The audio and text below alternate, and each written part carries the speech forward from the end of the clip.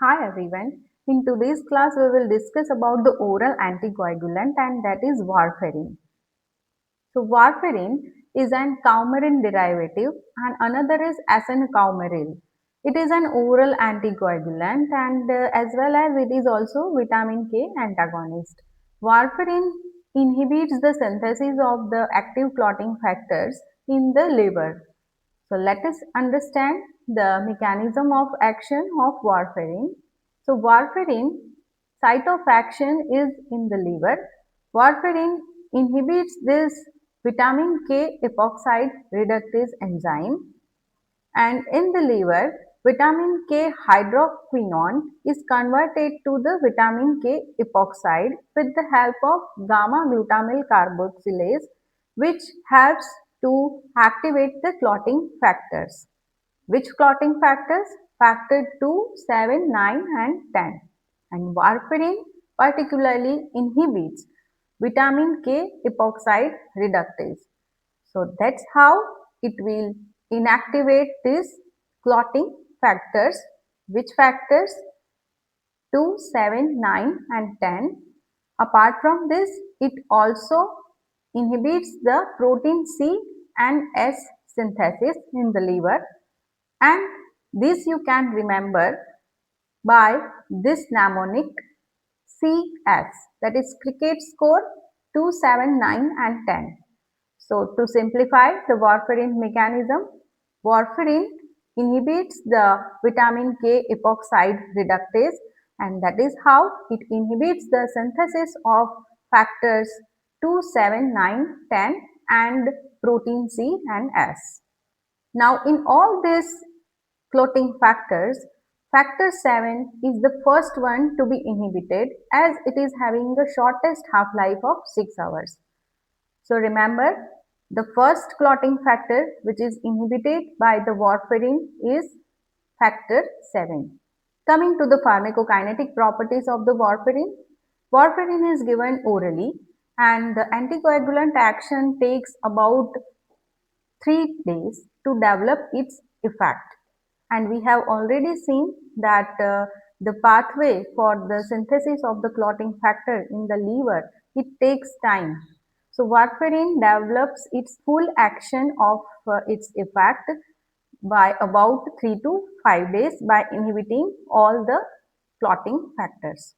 Warfarin is plasma protein bound about 99%. It is bound to the plasma protein, and this contributes to the several drug-drug interactions with the warfarin, and that's why warfarin dose adjustment is required. Warfarin can cross the placenta and it is contraindicated to use during the late pregnancies. Dose regulation is often required for the warfarin by measuring prothrombin time, and that is measured by international normalized ratio. That ratio is in the range of 2 to 3. Therapeutic uses of the warfarin. So warfarin is preferred in the acute deep vein thrombosis or pulmonary embolism to prevent its progression or recurrence in the patients.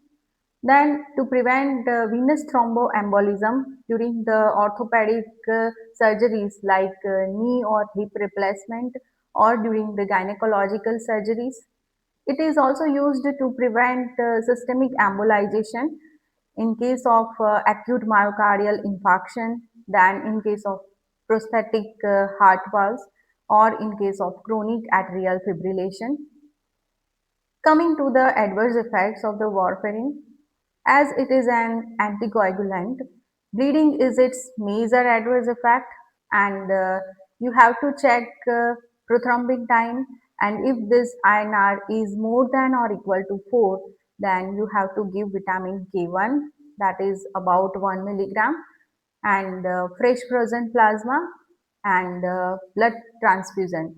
These are the treatment for bleeding which is caused by warfarin. Apart from this, warfarin can also cause fetal warfarin syndrome or contrary syndrome if it is given to the pregnant mothers. And this includes nasal hypoplasia, stifled epiphysis and growth retardation of the fetus. So this is very very important. Fetal Warfarin syndrome or Contradi syndrome.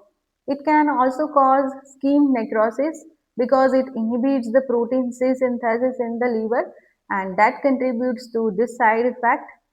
It can also result in purple toe syndrome, and other side effects of warfarin includes alopecia, dermatitis and diarrhea. Now coming to the drug interactions of warfarin, and these are very very important for the exam purpose and it is commonly asked. So first we will discuss about the drugs which increases the warfarin activity like aspirin and sulfonamides. They have a displacement reaction with the warfarin and they decreases the binding to the albumin. So that is how it increases the warfarin activity.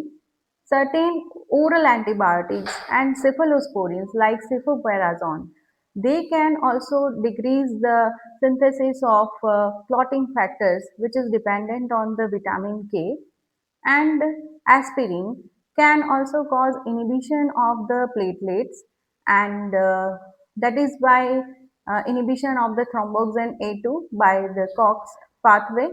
So all these drugs can increase the warfarin activity, and in that cases if the patient is receiving all these drugs then you have to decrease the dose of warfarin. Another drug interactions are the one which decreases the warfarin activity. For example, barbiturates and phenytoin. They causes induction of the metabolizing enzyme and they can decrease the warfarin activity.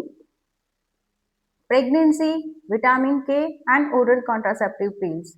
All these can promote the clotting factor synthesis in the liver and they can again decrease the warfarin activity. So in this case you have to increase the dose of warfarin. So these are the significant clinical drug-drug interactions that you have to keep in mind when you are treating the patients with the warfarin and along with all these drugs. Now coming to the rivaroxaban and apixaban. Both of these drugs are oral factor 10A inhibitors. So in its spelling you can see the XA, and that is how you can remember it. These two drugs are factor 10A inhibitor. Onset of action of these drugs is 3 hours and this usually lasts for 24 hours. These drugs does not require prothrombin time monitoring, so that is the advantage over warfarin, and these are preferred for the thromboprophylaxis after hip or knee replacement surgery. Another drug is dabigatran. This is direct thrombin inhibitor and it reversibly blocks the active site of thrombin. In its spelling you can see the TR, so that you can remember thrombin inhibitor, and it is reversible. So here you can see the R.